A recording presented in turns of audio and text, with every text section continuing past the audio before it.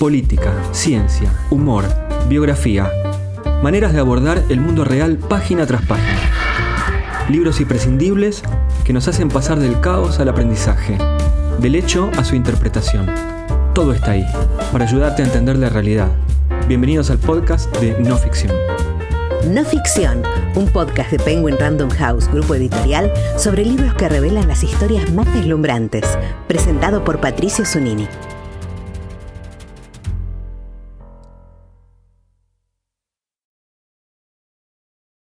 Sucedió un invierno a la hora del almuerzo. Habían pasado poco más de 3 meses desde el golpe de Estado que instaló en el poder a una dictadura que se autodenominó Proceso de Reorganización Nacional.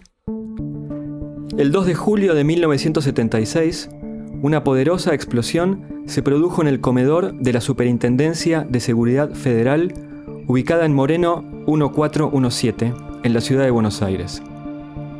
Allí concurrían empleados de la superintendencia y de otros organismos, especialmente del Departamento Central de Policía, a pocos metros de ahí.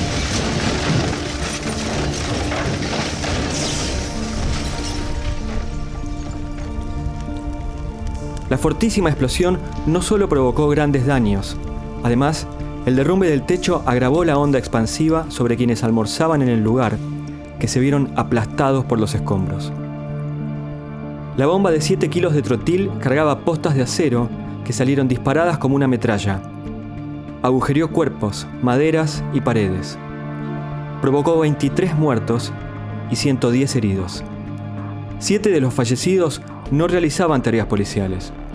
El encargado del comedor, el cajero, un mozo, un enfermero, un bombero, un suboficial retirado que repartía pan y Josefina Melucci de Cepeda, de 42 años, casada, 3 hijos, que había ido a comer con una amiga que también murió.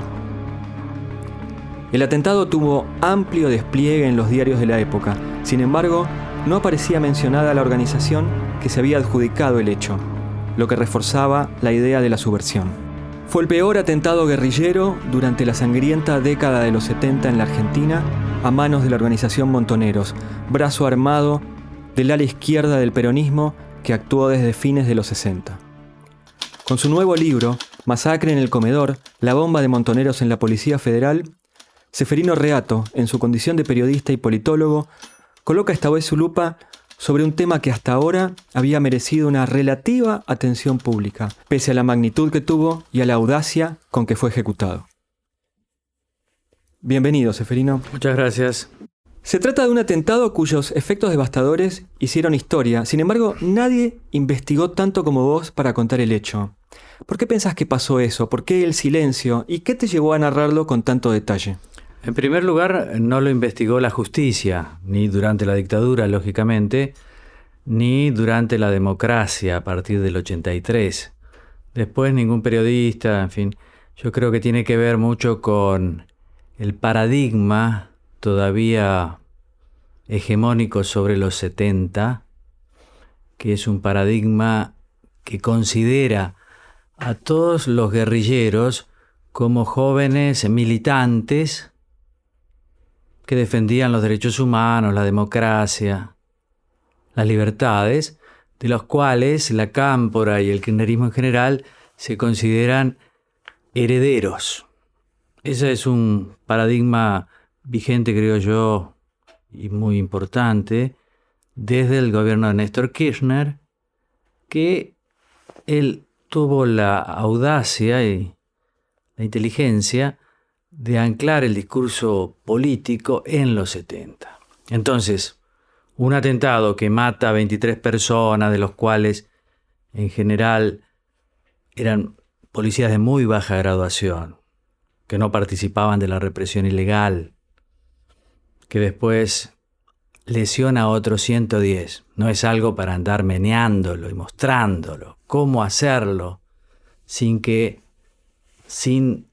esos jóvenes idealistas se nos aparezcan no tan idealistas y no tan defensores de los derechos humanos, y no por el contrario, más vinculados al terrorismo que a otra cosa?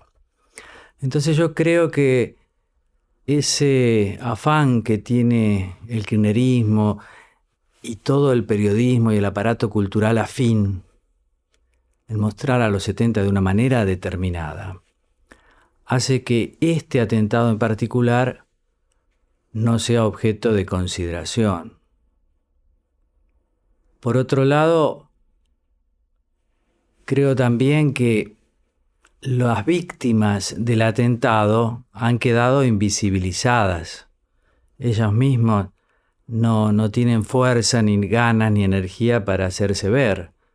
Fíjate que no hay ni una placa en toda la ciudad que recuerde este hecho.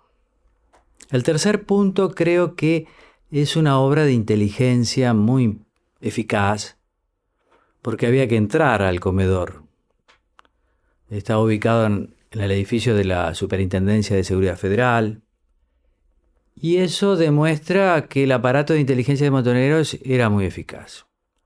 Entonces yo ahí utilizo el libro para ver cómo funcionaba ese aparato, donde había muchos periodistas importantes, Berbisky, Bonazo, que son hoy considerados por muchos como maestros de la profesión, y sobre todo uno, que es el responsable del joven que puso la bomba, que es Rodolfo Walsh.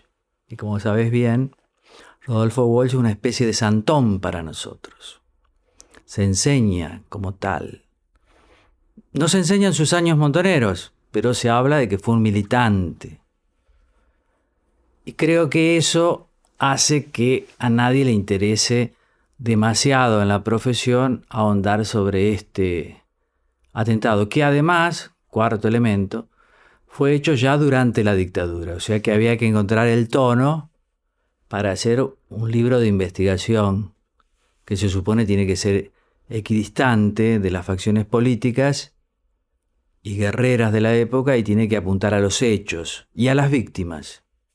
Yo en ningún lugar del libro olvido que hay víctimas, que son las que me interesa siempre destacar. Creo que los 70 es la historia de todas las víctimas. Decías cómo se invisibiliza la violencia en los años 70. Y recuerdo, por ejemplo, un libro de Martín Caparrós que se llama A quien corresponda, en donde él, una de las preguntas que dice es: ¿se acuerdan cuando matábamos gente? Dice uno de los personajes.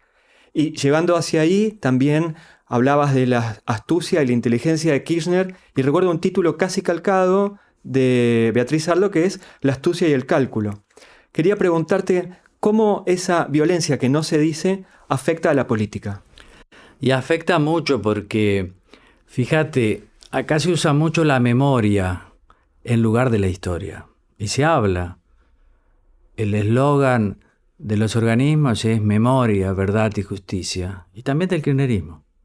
Pero la memoria, todos sabemos, es parcial. Vos te acordás de lo que te impactó. Y ni siquiera el orden cronológico es importante. Fíjate que yo he hecho libros anteriores sobre los 70 arraigados en un periodo donde hubo democracia, que fue entre el 73 y el 76, gobiernos constitucionales del peronismo, y ahí la guerrilla siguió actuando. Pero eso no importa mucho en el relato oficial, porque es un relato de la memoria. No interesan las fechas. Por lo tanto, si uno no presta atención más que al relato oficial, puede llegar a la conclusión de que, en fin, Montoneros, el ERP, los grupos guerrilleros, que eran sino partisanos, que aparecieron después del golpe de Estado para combatir a la dictadura y luchar por la democracia. Ese es el relato. Máximo Kirchner lo dice siempre, Horacio Pietragala, que es el secretario de Derechos Humanos, lo acaba de decir el 24 de marzo. Nosotros honramos a quienes luchaban por la democracia. Falso, de toda falsedad. A la guerrilla nunca le interesó la democracia liberal, porque entraba en su contexto. Hay que analizar las cosas en el contexto. Ellos pensaban, el socialismo está a la vuelta de la esquina. La violencia puede acelerar. O sea que vale la pena morir y también matar. Era un medio para hacer política, en el fondo, la violencia, en ese momento. Hoy, esa violencia, afortunadamente, no es reivindicada por nadie. Nadie aceptaría utilizar la violencia, matar, herir a otros para hacer política. Pero, de alguna manera, y yo creo que con toda la intencionalidad del mundo, el relato oficial lo que hace es recordar con una especie de hipermemoria algunos hechos de un bando militar y ocultar los otros, con los cuales los perdona. Esa memoria, que no es historia, creo que explica esa mochila que cargamos, que son los 70. Y ahí en ese relato oficial ganan muchos, digamos, gana el kirchnerismo en sus luchas en el presente porque identifica quiénes son sus enemigos hoy y los liga con los malos del pasado. Ganan los organismos de derechos humanos porque al final Néstor Kirchner concretó muchas de sus banderas. Y ganan los liderazgos de derechos humanos. ¿Por qué? Los oropeles del poder a quien no seducen. Y hoy los vemos. Eve, Estela, son más dirigentes kirchneristas que otra cosa, ¿no? Digo, los derechos humanos deberían llevarlos a condenar Nicaragua, por ejemplo, o la invasión rusa, si fueran personas que les interesaran los derechos humanos. Pero son más políticas que otra cosa. En el fondo, entonces, creo que este libro lo que hace es mostrar hechos, como decía Walsh. Hay que ir a los hechos nunca te defraudan. Mostrar hechos, mostrar qué pasó con aquella juventud y qué pasó con Walsh también. Y respetar la opción de Walsh, que quiso ser combatiente por convencimiento propio.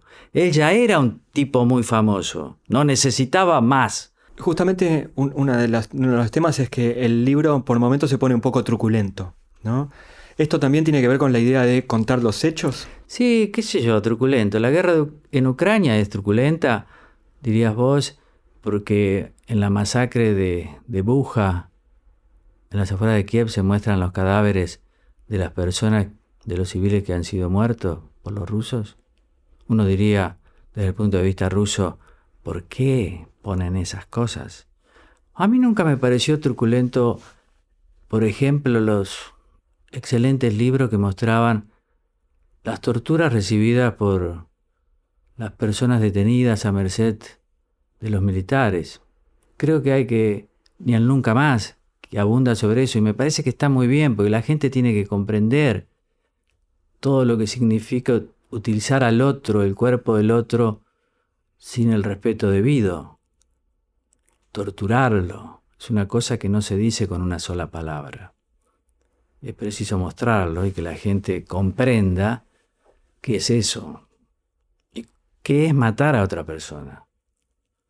Entonces, le decía yo a mi amigo Osvaldo Pepe en Clarín, que me dijo eso, digo, Osvaldo, somos todos grandes ya. La muerte es horrible. Y en este caso, hay que tomar a los parientes, a los que sufrieron las muertes, como víctimas que además están invisibilizadas, que han sufrido mucho. Y creo que la gente también tiene que darse cuenta de lo que es eso. Yo no lo considero para nada truculento, lo considero muy ajustado a los hechos. Son cosas tremendas que la gente me parece que tiene que comprender. Está en la ficción. En la ficción también se describen cosas, pero bueno, tal vez a uno no le golpea tanto. Pero yo creo que somos todos grandes y sabemos lo que queremos decir y qué es lo que significa. Te hago la última pregunta. Voy a caer en una palabra que se ha convertido en un lugar común en los últimos años, pero que explica muy bien la situación en la Argentina, y es la palabra grieta.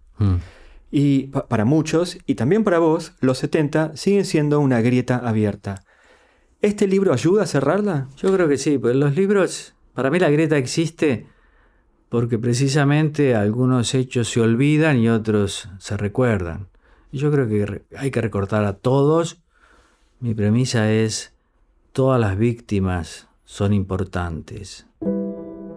Ya con los victimarios se puede discutir un poco, pero las víctimas en sí, todas son importantes. Todas son seres humanos, argentinos, tienen derechos y merecen respeto y un reconocimiento simbólico, también material, seguramente, pero simbólico sobre todo. Y son todas importantes. Tato es casi un biógrafo de los 70. Buena parte de los libros que escribió son observaciones específicas y panorámicas sobre sucesos ocurridos en esos años complejos. En Masacre en el comedor, la bomba de montoneros en la Policía Federal, el autor vuelve a ofrecer una narración minuciosa, directa, documentada, en base a fuentes sólidas, que lleva a una lectura siempre atrapante. Asegúrense de seguir este podcast y activar las notificaciones si no quieren perderse lo que viene. No Ficción es un podcast de libros de Penguin Random House, grupo editorial, presentado por Patricio Zunini.